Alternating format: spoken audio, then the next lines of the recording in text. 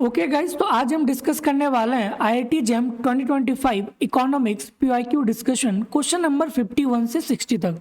ये रहेगा पार्ट 7, क्योंकि गाइज हम लोगों ने ऑलरेडी क्वेश्चन नंबर 1 से 50 तक डिटेल डिस्कस कर रखा है। तो अगर आप वो वीडियो नहीं देखे हो तो पहले पार्ट 6 तक देख लेना, फिर पार्ट 7 स्टार्ट करना।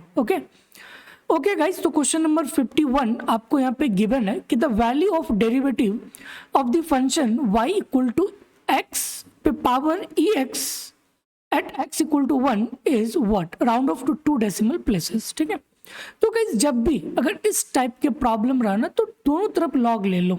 ठीक है, क्योंकि अगर लॉग लोगे तो ये पावर गाइज उठ के यहाँ पे आ जाएगा, तब फिर सॉल्व करने में इजी हो जाएगा। ठीक है, तो guys take log on both side, तो ये क्या बन जाएगा, log y equal to log of x पे पावर e पे पावर x। तो गाइज ये पावर उठ के यहाँ पे आ जाएगा, log का बेसिक रूल। तो ये क्या बन जाएगा, log y equal to e पे पावर x log x। ठीक है, अब गाइज सिंपल इसको डेरिवेटिव तो कर ही सकते हो, आपको सिंपल डेरिवेटिव पूछा गया। ओके, तो चलिए गाइज इस क्वेश्चन को हम लोग डिटेल में सॉल्व करते हैं। तो यहाँ पे आपको गिवन है log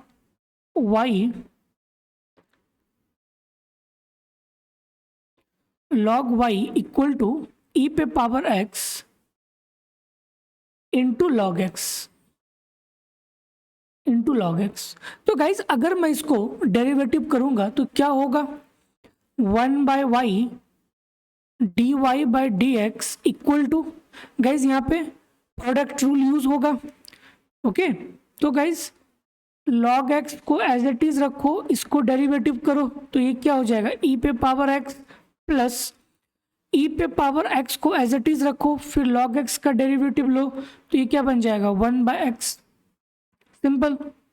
ठीक है, तो गाइज थोड़ा सा इसको सिंप्लीफाई कर लेंगे तो ये क्या बन जाएगा, 1/y dy/dx equal to, guys e पे पावर x यहाँ भी है और यहाँ भी है तो कॉमन ले लेंगे, e पे पावर x कॉमन आ गया तो ये क्या बचा, log x प्लस 1/x। अब y गाइज यहाँ पे चले जाएगा तो ये क्या हो जाएगा, dy/dx equal to y, okay, y e पे power x log x plus 1/x। और गाइज y का वैल्यू तो आपको पता है कि भाई y किसके इक्वल है, x e पे पावर x। तो यहाँ पुट कर दो x पे power ex into ex log x plus 1/x। ठीक है, ओके, अब गाइज यहाँ सिंपल पुट करो एट x इक्वल टू 1, तो यहाँ पे x के जगह में 1 पुट करो तो क्या वैल्यू आएगा, dy/dx इक्वल टू, गाइज 1 है तो 1 पे पावर समथिंग इज ऑलवेज 1, तो ये मेरा बन जाएगा 1 इंटू e पे पावर 1, e पे पावर 1 इंटू, गाइज यहाँ पुट करो x के जगह में 1 तो log 1 क्या होता है, 0 प्लस 1/1। ठीक है, सिंपल। तो गाइज ये क्या वैल्यू आ जाएगा, dy/dx इक्वल टू e, और गाइज e का वैल्यू तो आपको पता है। ठीक है, 2.72।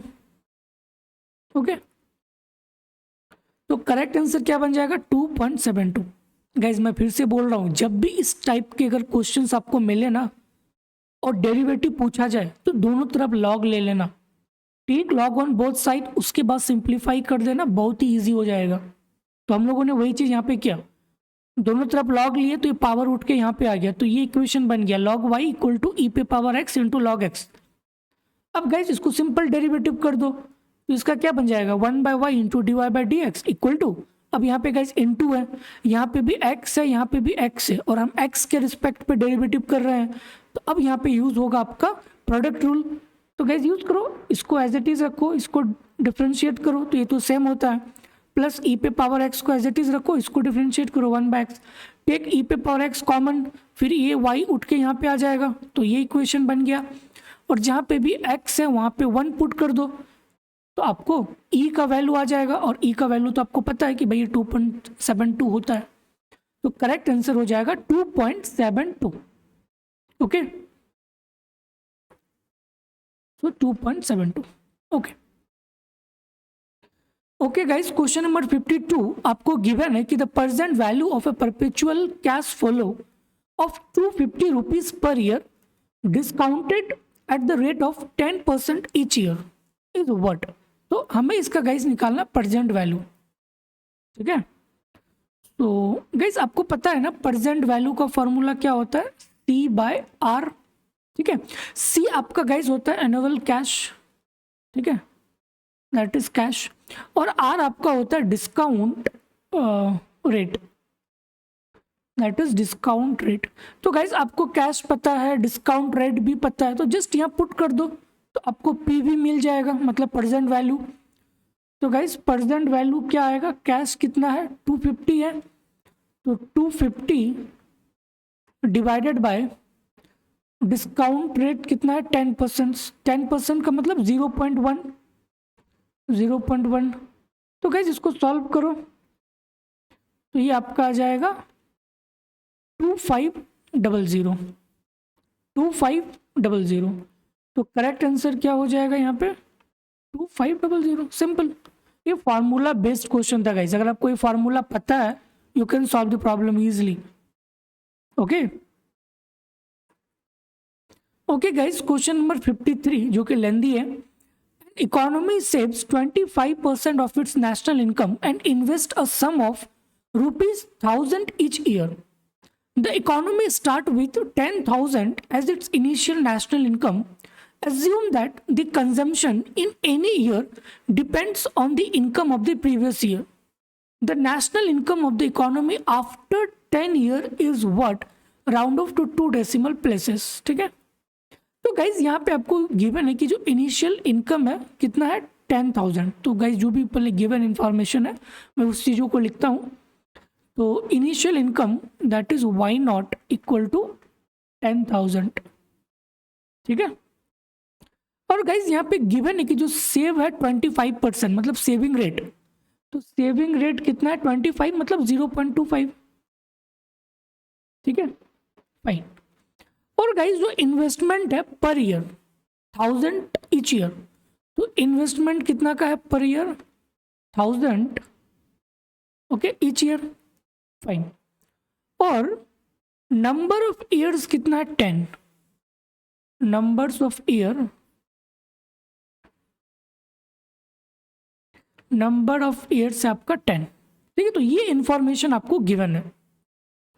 और गाइस ये आपको एज्यूम करना है कि consumption in any year depend on the income of the previous year. तो अगर आप आज कंज्यूम करोगे तो गाइस आपको चाहिए इनकम, तो वो इनकम डिटरमाइन होगा प्रीवियस इनकम से, ये आपको एज्यूम करना है। Okay fine, okay. तो गाइस हमें निकालना है कि भाई national income of the economy after 10 year, after 10 year के बाद हमारा नेशनल इनकम कितना होगा इस इकोनॉमी में, फाइन, ओके। तो गाइस हमें पता है ना कि भाई इनकम इक्वल टू क्या होता है, saving plus investment IT, YT equal to ST plus IT। और यहाँ पे आपको गिवन है कि इस इकोनॉमी में जो सेविंग है वो आपका कितना है 25, मतलब 0.25। तो ST इक्वल टू क्या हो जाएगा 0.25 ऑफ YT -1, क्योंकि गाइस जो सेविंग है और जो कंजम्पशन है ना वो डिसाइड होता है प्रीवियस इनकम से, ये आपको एज्यूम करना है, क्वेश्चन में गिवन है। तो ST इक्वल टू क्या हो जाएगा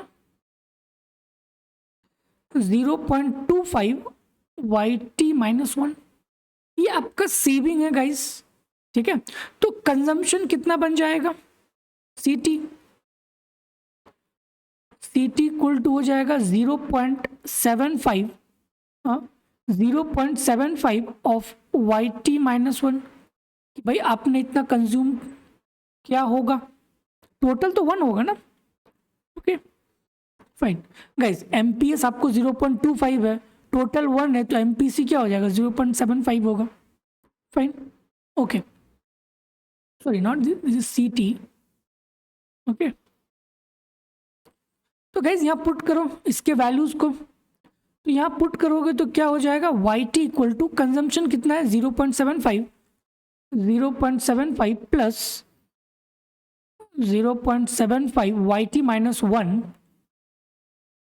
Y T minus 1 plus I T, और इन्वेस्टमेंट गाइज कितना है 1000 ईच ईयर, तो ये हमारा हो जाएगा 1000। तो गाइज ये इक्वेशन आपको बन गया। गाइज पहले ये इक्वेशन आपको क्लियर होना चाहिए, मैंने कुछ भी नहीं किया, जो भी इंफॉर्मेशन गिवन था मैंने उसी को यूज किया। आपको गिवन था ना कि भाई सेविंग है 25%, मतलब 0.25, भाई सेविंग किस चीज का, इनकम का। तो किसी भी पीरियड का जो गाइस कंजम्पशन है ना या सेविंग है वो डिटरमाइन होता है प्रीवियस ईयर ऑफ इनकम का, ठीक है। तो हमारा सेविंग क्या बन जाएगा 0.25 इंटू वाई टी माइनस 1, ठीक है। तो कंजम्पशन क्या हो जाएगा 0.75 इंटू वाई टी माइनस 1, ठीक है। क्योंकि गाइस हमें पता है ना कि भाई MPC plus MPS equal to 1 है, तो गाइस हमें ये पता है ये 1 है, तो एमपीसी क्या हो जाएगा 0.75, तो हमें ये मिल गया इक्वेशन। अब गाइस यहाँ पे वैल्यू पुट करके देखो, जस्ट फाइंड आउट।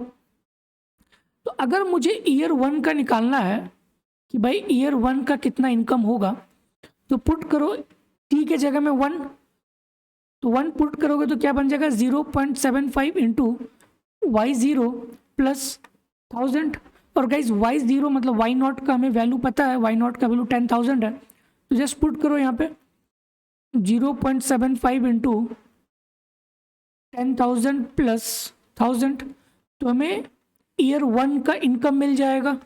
तो इसको गाइज सॉल्व कर लेना, तो ये आपका आ जाएगा 8500, ठीक है 8500।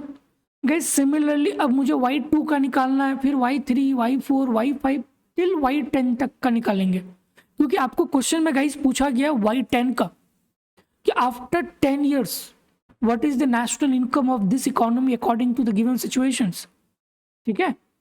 तो गाइज y ईयर 1 निकल गया, सिमिलरली ईयर 2 निकालेंगे, तो जहाँ पे भी गाइज t है, ठीक है, तो वहाँ 2 पुट करो, तो ये क्या निकल जाएगा y2 equal to 0.75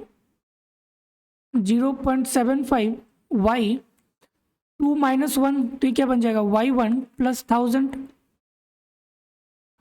0.75 into y1, अभी आपने कैलकुलेट किया y1 का वैल्यू है 8500 प्लस 1000, तो गाइज ये आ गया। फिर इसको सॉल्व कर लेंगे, ठीक है। तो इसको सॉल्व करेंगे गाइज, तो इसका वैल्यू आएगा 7375। फिर गाइज सिमिलरली y3 निकालेंगे, तो आ जाएगा 0.75 y2 प्लस 1000, तो 0.75 इंटू y2 अभी आपने जस्ट कैलकुलेट किया 7375 प्लस 1000, तो इसको सॉल्व करेंगे गाइज, तो इसका वैल्यू आ जाएगा 6531.25, ठीक है। तो ये आपको आ जाएगा y3 का वैल्यू। तो गाइस सिमिलरली आपको y4 निकालना है, y5 निकालना है, y6 निकालना है, y7, y8, y9 and then आप y10 निकालोगे, ठीक है। तो गाइस आप निकाल लेना खुद से। तो y10 का गाइस जब आप निकालोगे तो y10 का आपको जो वैल्यू आएगा वो आएगा 4337.88, ठीक है। तो ये आपको आ जाएगा, और वही आपको निकालना है कि भाई आफ्टर 10 years जो नेशनल इनकम है वो कितना होगा, तो ये आपका बन जाएगा 4337.38, ठीक है। सिंपल है, जस्ट लेंथी है गाइस, कैलकुलेशन है। वैसे भी आपको IIT JAM में गाइस कैलकुलेटर दिया जाता है स्क्रीन के ऊपर, तो आप इजीली सॉल्व कर सकते हो इस पर्टिकुलर क्वेश्चंस को, अगर आपको गाइस ट्रिक पता है और आपको अगर कॉन्सेप्ट पता है तो, ठीक है। Okay guys, move to question number 54। आपको यहाँ पे गिवन है कि Anubhav faces multiple choice questions with 4 alternative choices where only one is the right choice. There is no negative mark for making a wrong choice. Also assume that the probability that he knows the answer is 0.50. The probability of making the correct choice is 0.25. If he does not know the answer, he got full marks in these questions. The probability that he knows the answer is what, round off to 1 decimal places, ठीक है fine. तो guys यहाँ पे आपको दो event हो रहा है। पहला इवेंट है कि भाई के is representing the knowing the answer, कि भाई इसे जो है आंसर पता है। So K be the event that Anubhav knows the answer, ठीक है, that is event K. And C be the event that Anubhav answer correctly, तो ये आपका हो गया करेक्टली, और ये आपका हो गया कि ये नोज द आंसर, ठीक है फाइन। तो गाइज जो भी इनसे इंफॉर्मेशन गिवन है, पहले मैं उस चीज़ों को लिखता हूँ। तो यहाँ पे आपको गिवन है कि he knows the answer that probability is 0.50, 0.50। तो गाइज यहाँ पे लिख देंगे कि probability of K is 0.50, okay fine. Okay guys अगर उसे आंसर पता है और वो करेक्टली अगर आंसर देगा गाइज, ये तो प्रोबेबिलिटी ऑलवेज 1 होगा। ये तो कॉमन सेंस भी लगा सकते हो। आपको गाइज आंसर पता है और आप करेक्टली दोगे गाइज, तो उसका प्रोबेबिलिटी क्या होगा, 1 ही तो होगा, ठीक है। तो प्रोबेबिलिटी ऑफ सी बाई के इज 1, इज 1। तो गाइज आपको आंसर पता है, उसका प्रोबेबिलिटी है 0.50। तो अगर इसी का हम लोग कॉम्प्लीमेंट लेंगे, प्रोबेबिलिटी ऑफ के डैश, तो ये के क्या बन जाएगा, 1 माइनस 0.5, तो ये भी आएगा 0.50, ठीक है फाइन। Probability he knows the, he give correctly, probability of making correct choice is 0.25 if he does not know the answer.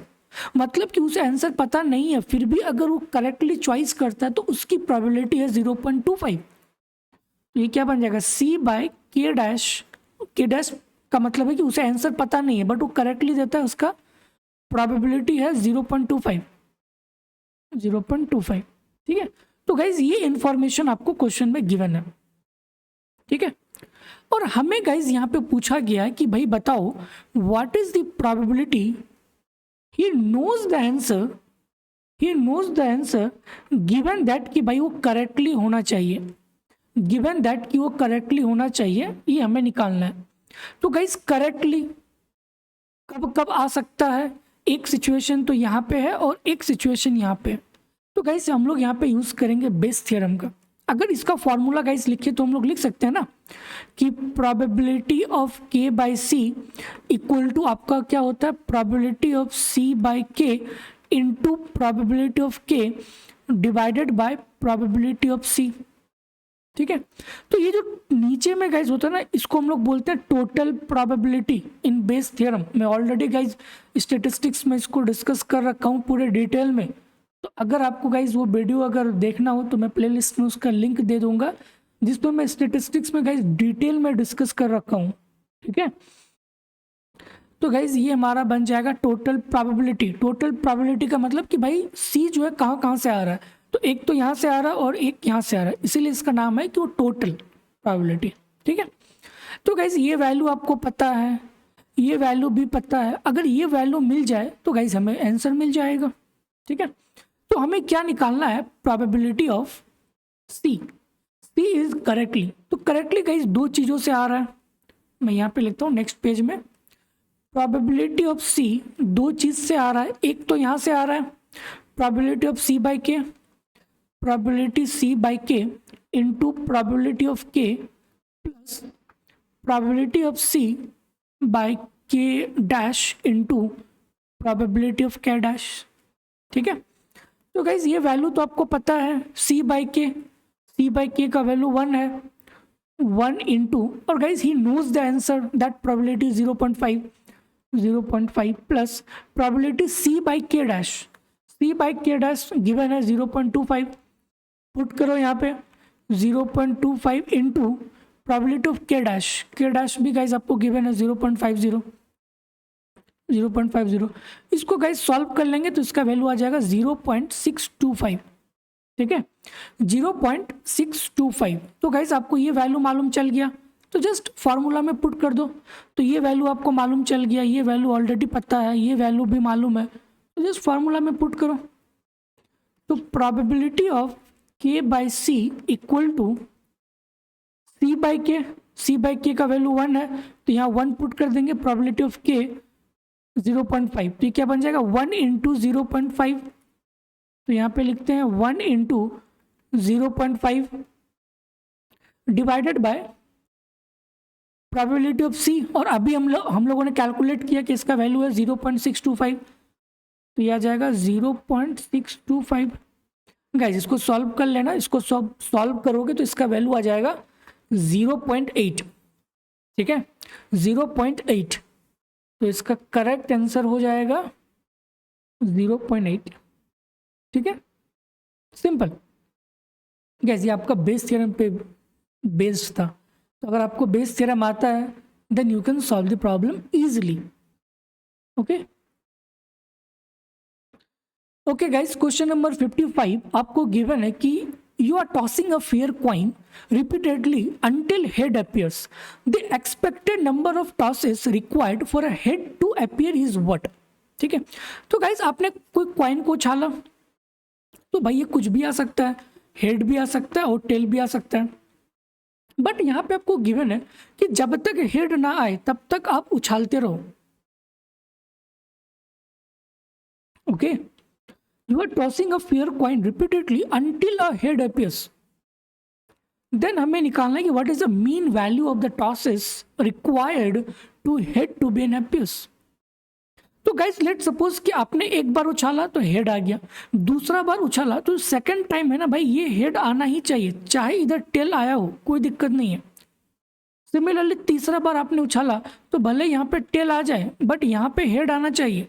Similarly आपने चौथा बार उछाला तो भाई लास्ट बार में एकदम हेड आना ही चाहिए, चाहे यहाँ पे टेल आ जाए, ठीक है। तो गाइस आप क्लियरली देख पा रहे हो कि भाई ये हमारा ज्योमेट्रिक डिस्ट्रीब्यूशन है, हाँ ज्योमेट्रिक डिस्ट्रीब्यूशन, और ज्योमेट्रिक डिस्ट्रीब्यूशन का गाइस मीन क्या होता है 1/p। ज्योमेट्रिक डिस्ट्रीब्यूशन का मीन क्या होता है 1/p, p is the probability associated with the head. तो गाइस अगर आप कॉइन को उछालोगे तो भाई उसका प्रोबेबिलिटी क्या हो जाएगा हाफ, या फिर इसका भी हाफ होगा, बट हमें क्वेश्चन में हेड के बारे में चर्चा किया गया है, ठीक है। तो गाइस इसको हम लोग सॉल्व करते हैं। तो इसका जो गाइस जो सीक्वेंस होगा ये होगा हेड, फिर टेल हेड, फिर टेल टेल हेड, फिर टेल टेल टेल हेड, इस तरह का गाइस ये सीक्वेंस बनेगा, ठीक है। तो ये हमारा बन जाएगा ज्योमेट्रिक डिस्ट्रीब्यूशन, ज्योमेट्रिक डिस्ट्रीब्यूशंस। और हमें पता है कि भाई एक्सपेक्टेड वैल्यू जो है ना ज्योमेट्रिक का वो क्या होता है 1/p, p का मतलब probability associated with the random variable. तो यहाँ पे गाइस हेड के बारे में चर्चा किया गया है, तो अगर कॉइन को छालोगे तो भाई प्रोबेबिलिटी क्या हो जाएगा हाफ आएगा, तो यहाँ पे लिख दो 1/2, ये 2 ऊपर चले जाएगा तो एक्सपेक्टेड वैल्यू क्या हो जाएगा 2 हो जाएगा, सिंपल, ठीक है। तो एक्सपेक्टेड वैल्यू हो जाएगा 2। Okay okay guys, move to question number 56। आपको यहाँ पे गिवन है Lerner index measures a market power is defined as P minus MC divided by P, where P and MC are the respectively price and the marginal cost. तो P आपका price है, MC आपका marginal cost है। If a profit maximizing firms faces a demand curve, तो यहाँ पे आपको demand curve given है कि P square Q equal to 7, then the value of L is what? Round off to 1 decimal places, ठीक है, round off to 1 decimal places. तो guys हम यहाँ से Q का वैल्यू को एक्सट्रैक्ट कर सकते हैं, ठीक है, Q का वैल्यू को एक्सट्रैक्ट कर सकते हैं या फिर P का भी वैल्यू एक्सट्रैक्ट कर सकते हो, ठीक है। तो मैं यहाँ पे लिखता हूँ जो गिवन कंडीशंस आपको है। तो गाइज पहला गिवन कंडीशन आपको है कि P minus MC divided by P, that is the Lerner index, ठीक है, that is the Lerner index. तो ये आपको डिफाइन है क्वेश्चन में। और P square into Q equal to 7, ये भी आपको गिवन है P square into Q equal to 7। Okay, तो गाइज यहाँ से P का वैल्यू क्या आ जाएगा √7/Q, √7/Q, तो आपको P का वैल्यू मालूम चल गया। फाइन गाइस, अगर मुझे टोटल रेवेन्यू निकालना हो, TR इक्वल टू क्या हो जाएगा, P into Q. P into Q, तो गाइस P का वैल्यू आपने अभी जस्ट कैलकुलेट किया, ये क्या बन जाएगा, √7/Q into Q, so that is your total revenue. Okay, तो गाइस और इसको थोड़ा सा अगर सिंप्लीफाई करेंगे तो क्या बन जाएगा, √7 divided by √Q into Q. √Q का मतलब है कि भाई Q पे पावर 1/2, बट ये नीचे में जब भी ऊपर जाएगा तो क्या बन जाएगा, Q पे पावर -1/2, तो Q पे पावर -1/2 और ये ऑलरेडी 1 है तो पावर ऐड हो जाएगा, तो ये क्या बन जाएगा, Q पे पावर 1/2। ठीक है, तो हम डायरेक्ट लिख सकते हैं ना, TR equal to √7 into Q पे पावर 1/2। ठीक है, ये दोनों को सॉल्व कर लेंगे तो ये आ जाएगा। तो गाइस आपको TR मालूम चल गया, तो अगर मैं इसको डिफ्रेंशिएट करूंगा with respect to quantity, then you will get the MR। तो हमें MR मिल जाएगा।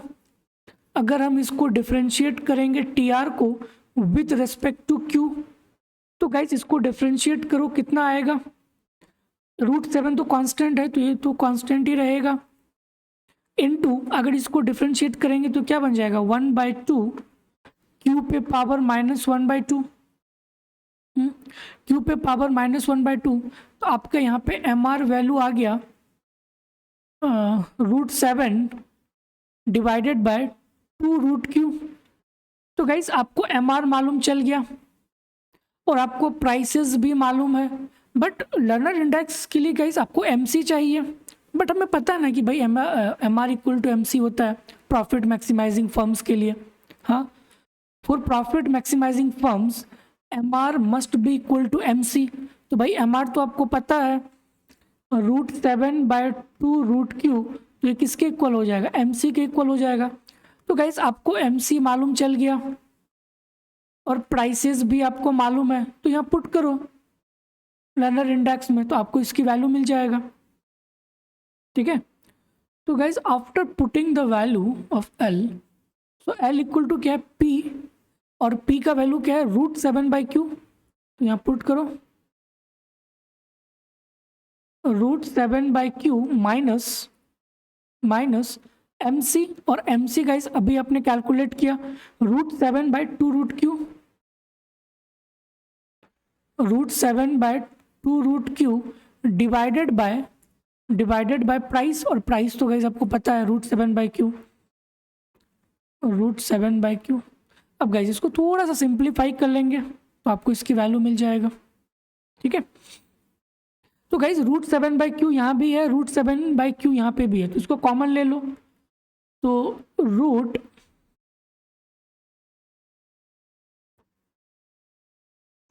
√7/Q गाइज कॉमन आ गया, तो यहाँ पे बचा क्या, 1 - 1/2 डिवाइडेड बाय √7/Q।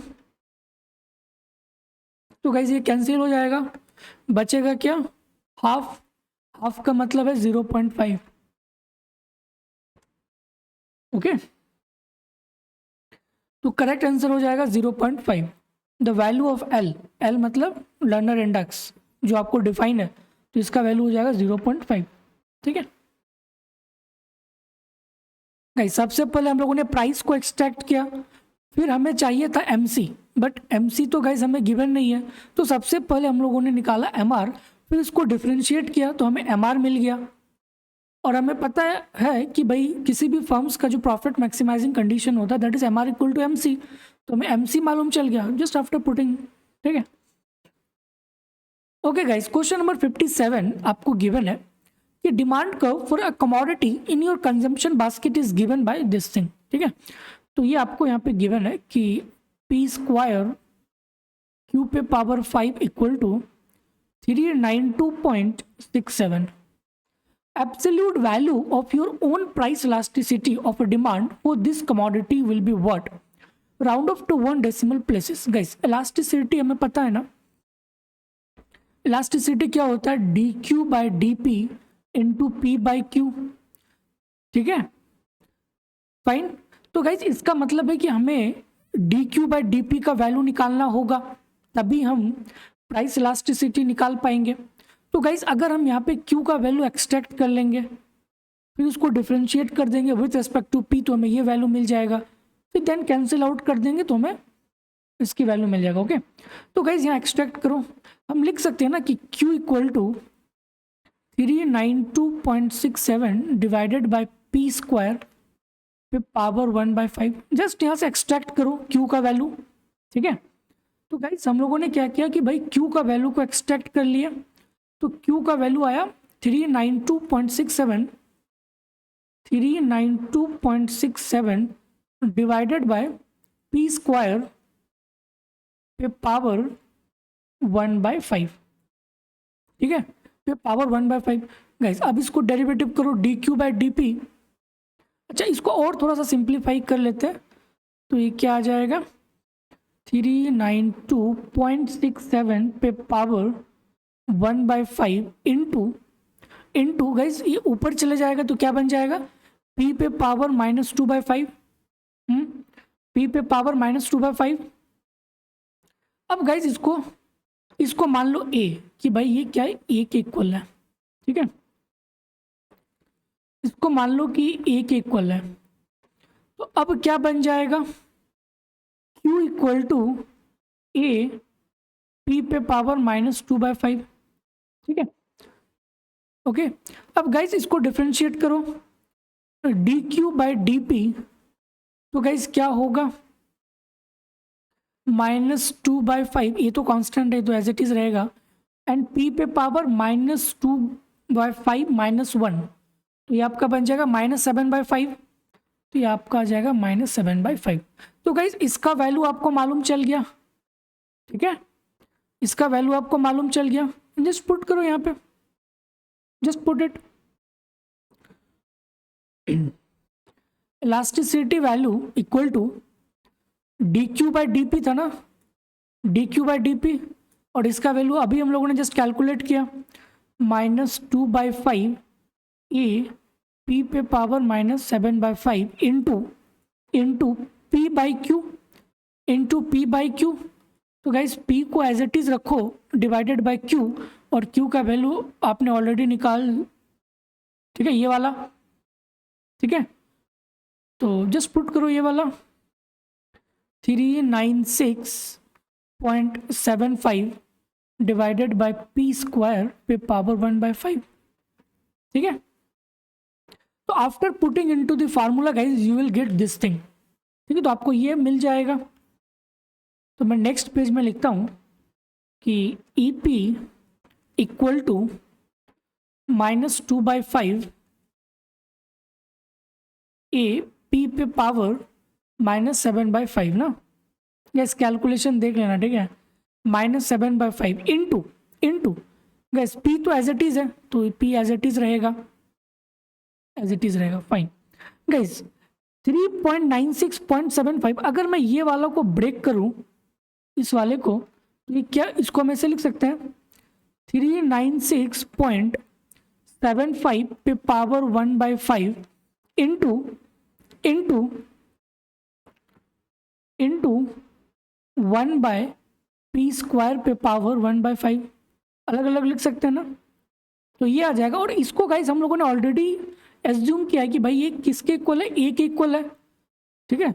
तो गाइस इसको लिख लेंगे कि a इंटू 1/p स्क्वायर, तो गाइस ये ऊपर चले जाएगा, ऊपर आएगा तो क्या हो जाएगा p पे पावर -2/5, तो यहाँ पे लिख लेंगे p पे पावर -2/5, सिंपल, ठीक है। तो गाइस a और a कैंसिल हो जाएगा, तो ये क्या बन जाएगा -2/5 इंटू पी पे पावर -7/5 इंटू पी पे पावर 1 इंटू अगेन गाइस ये ऊपर चले जाएगा, ठीक है, तो ये आपका आ जाएगा 2/5। तो गाइस ये बेस सेम है तो पावर ऐड हो जाएगा, -2/5 इंटू पी पे पावर -7/5 +1 + 2/5, तो गाइस ये आपका बन जाएगा -7/5 + 7/5, तो ये कट के आ जाएगा 0, कट के आ जाएगा 0, तो ये आपका हो जाएगा -2/5 इंटू पी पे पावर 0 मतलब 1 हो गया, तो ये बन गया -2/5। तो गाइस इलास्टिसिटी ऑफ प्राइस जो आपका वैल्यू आया ईपी, इसका वैल्यू आया -2/5, बट आपको एब्सोल्यूट वैल्यू लेना है, एब्सोल्यूट, ठीक है। तो एब्सोल्यूट गाइस लेंगे तो ये मॉड चढ़ा देंगे तो ये आ जाएगा 2/5। गाइस 2/5 का क्या मतलब है 0.4, ठीक है, तो ये आपका आ जाएगा 0.4, डन। तो करेक्ट आंसर हो जाएगा 0.4। Okay, simple. Okay guys, question number 58 आपको यहाँ पे गिवन है, price of milk of certain brand was 28 पर litre and ₹36 per liter in the month of September and October of 2015 respectively. Assume equal amount of money is spent on that brand of milk by a particular family in each of these months. The average monthly price of milk paid by this family during this month is what? Per liter, round off to 1 decimal places. ठीक है, fine. तो guys पहले जो given information है ना, पहले मैं उस चीज़ों को लिखता हूँ, ठीक है। Price of milk that is 28 rupees per litre, ठीक है। तो मैं यहाँ पे लिखता हूँ कि जो प्राइस है ना of milk that is 28 rupees per litre, ठीक है। ये आपका सितंबर मंथ में है, सितंबर, so this is for September month. Price of milk in October, price of milk in October 36 litre, 36 rupees per litre, तो ये आपका आ जाएगा 36 इन अक्टूबर मंथ। ओके, तो ये आपको गिवन है, फाइन। और जो फैमिली है ना वो स्पेंड करता है equal amount of money on both month, तो मैं यहाँ पे लिखता हूँ कि the family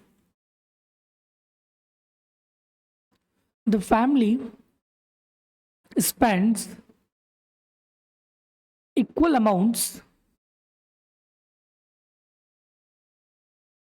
on both month, ठीक है। बोथ मंथ्स में गाइस इक्वल स्पेंड करता है, ये आपको गिवन है, ठीक है।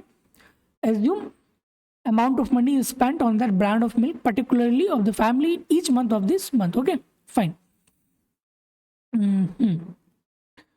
तो गाइस हमें क्या निकालना है, average monthly price of milk paid by this family during this month, ठीक है। इस मंथ में क्या होगा, मतलब दोनों मंथ को लेके, सितंबर एज वेल एज अक्टूबर, ठीक है। तो गाइस लेट सपोज कि अगर इन्होंने m रुपीज खर्च किया मिल्क पे सितंबर मंथ में, ठीक है, तो कितना क्वांटिटी गाइस ये कंज्यूम करेगा सितंबर मंथ में, तो क्वांटिटी अगर हम निकाल लेंगे सितंबर मंथ में that is income divided by 28 rupees per litre, तो गाइस हमें क्वांटिटी मालूम चल जाएगा कि भाई इन्होंने इतना क्वांटिटी खर्च किया होगा, ठीक है।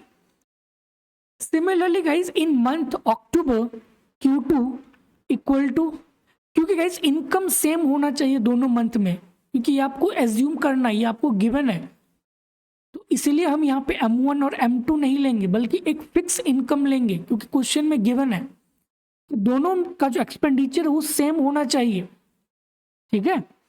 तो income divided by the prices of milk that is 36, तो इतना हमें क्वांटिटी मिल जाएगा, ठीक है।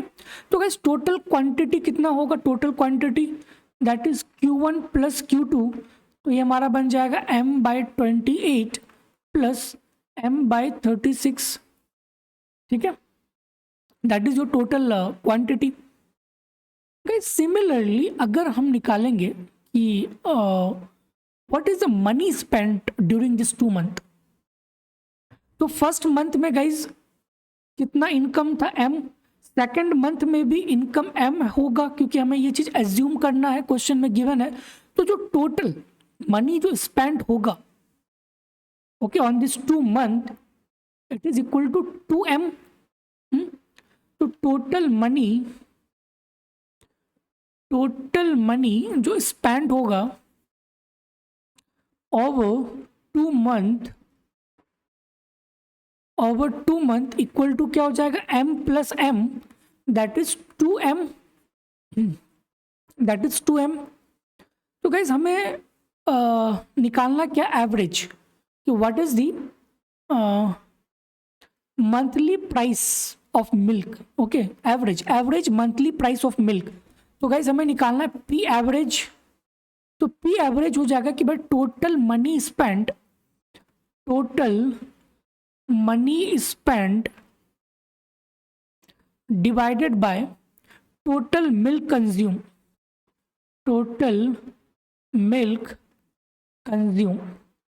तो गाइज टोटल मनी स्पेंड कितना है 2m ड्यूरिंग दिस 2 मंथ्स। तो यहाँ पे लिख देंगे कि जो पी एवरेज है वो हो जाएगा 2m divided by total milk consume. Guys कितना हुआ m/28 प्लस m/36। तो यहाँ पुट कर देंगे m/28 प्लस m/36।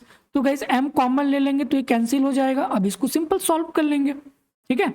तो गाइज इसको सॉल्व कर लेना तो यहाँ पे आपका इसका वैल्यू आ जाएगा, ठीक है। तो इसका वैल्यू गाइज आपको आ जाएगा जब इसको हम लोग सॉल्व करेंगे तो ये आ जाएगा 31.5, ठीक है 31.5 डन। तो करेक्ट आंसर क्या होगा? करेक्ट आंसर इज 31.5, ठीक है। सिंपल है, इस क्वेश्चन में कुछ भी नहीं है। आपको प्राइसेस गिवन है सितंबर मंथ का, अक्टूबर मंथ का भी आपको गिवन है, और आपको ये भी गिवन है कि जो मनी स्पेंड है ना इस दोनों मंथ में वो सेम होना चाहिए। तो भाई एवरेज क्या होगा इस दोनों मंथ का, ठीक है। तो गाइस सबसे पहले हम लोग क्वांटिटी निकालो कि भाई क्वांटिटी कितना कंज्यूम होगा। तो income divided by the prices, तो हमें गाइस मालूम चल जाएगा कि क्वांटिटी हम इतना कंज्यूम करेंगे। सिमिलरली Q2 का आ गया तो टोटल क्वांटिटी कितना कंज्यूम होगा Q1 plus Q2। Similarly guys income कितना स्पेंड होगा ओवर दिस 2 मंथ 2m। तो प्राइस निकालना है guys total money spend divided by total milk consume, just put करो यू विल गेट 31.5, ठीक है। ओके गाइस क्वेश्चन नंबर 59 आपको यहाँ पे गिवन है कि consider the economy describe by the following y equal to c plus i plus g where y equal to 5000, g equal to 1000, t equal to 1000 and c equal to given. आपको equation given है पर y c i g are the national income, private consumption, spending, investment expenditure, government expenditure, tax revenue respectively. In this economy guys private saving क्या होगा, ठीक है। What will be the private saving? तो guys private saving क्या होता है? SP private saving is income minus consumption, जो भी आपने कंज्यूम किया है। तो गाइज कंजम्पशन में क्या क्या आ जाएगा, एक तो हम टैक्स को माइनस कर देंगे और कंजम्पशन को माइनस कर देंगे, तो हमें ये प्राइवेट सेविंग मिल जाएगा। तो वही चीज आपको यहाँ पे निकालना है कि भाई प्राइवेट सेविंग क्या होगा इस पर्टिकुलर क्वेश्चन में, ठीक है फाइन। तो गाइज हमें y का वैल्यू गिवन है 5000 और c का वैल्यू g का वैल्यू 1000, मतलब g और t दोनों बराबर है और ये किसके इक्वल है 1000 के इक्वल है ना। और c का वैल्यू भी आपको गिवन है, c का वैल्यू है 250 प्लस 0.75 y माइनस टी। और गाइज आपको फॉर्मूला पता है कि भाई प्राइवेट सेविंग क्या होता है, income minus tax minus consumption. तो गाइज पुट करो ना, जस्ट पुट इट। तो सबसे पहले गाइज कंजम्पशन का वैल्यू निकालो, क्या होगा c इक्वल टू 250 प्लस 0.75 इनकम, y कितना है 5000 माइनस t कितना है 1000। इसको तो गाइज सॉल्व कर सकते हो, तो इसको जब सॉल्व करेंगे तो हमें c का वैल्यू आएगा, ये आएगा 3250, ठीक है c का वैल्यू आएगा 3250। तो गाइस c का वैल्यू आपको मालूम चल गया, ठीक है 3250। और टी का वैल्यू आपको पता है, वाई का वैल्यू पता है, तो जस्ट पुट करो तो आपको प्राइवेट सेविंग मिल जाएगा। तो एस पी इक्वल टू क्या था, वाई माइनस सी माइनस टी। तो इनकम कितना है 5000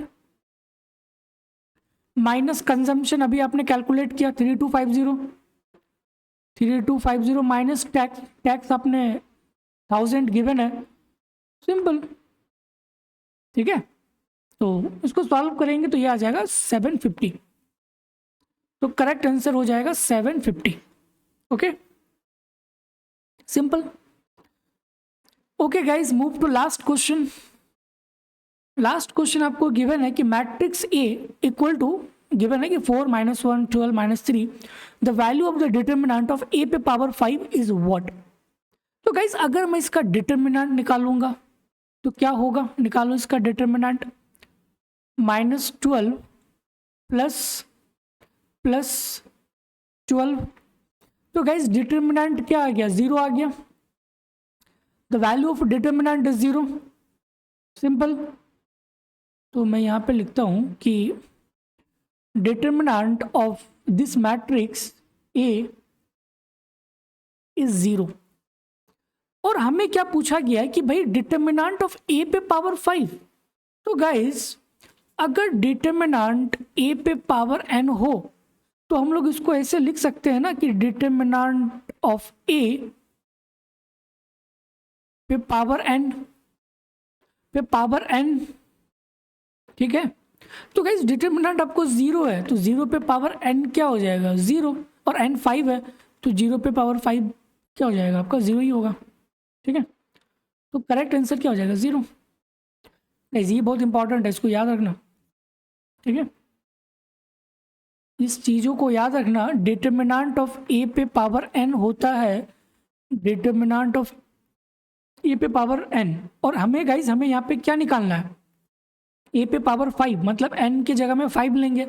तो भाई इसका तो वैल्यू ऑलरेडी हम लोग निकाल चुके हैं कि 0 के इक्वल है, तो 0 पे पावर 5 क्या होगा, ऑलवेज 0 होगा, तो इसीलिए इसका डिटर्मिनेंट गाइज 0 होगा। ठीक है, ओके गाइज, थैंक यू। तो हम लोगों ने पूरा गाइज डिस्कस कर लिया IIT JAM 2025 except question number 20।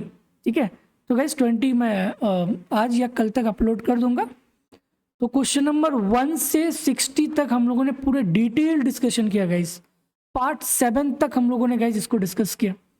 ठीक है, आई होप गाइज कि आपको ये सीरीज पसंद आ रही होगी, और काफ़ी स्टूडेंट का गाइज रिस्पॉन्स आ रहा है, कॉल आ रहा है। ठीक है, तो ओके गाइज, चैनल को सब्सक्राइब भी कीजिएगा। ठीक है, भूलिएगा मत। ओके गाइज, फिर मिलते हैं नेक्स्ट वीडियोस पे। Thank you.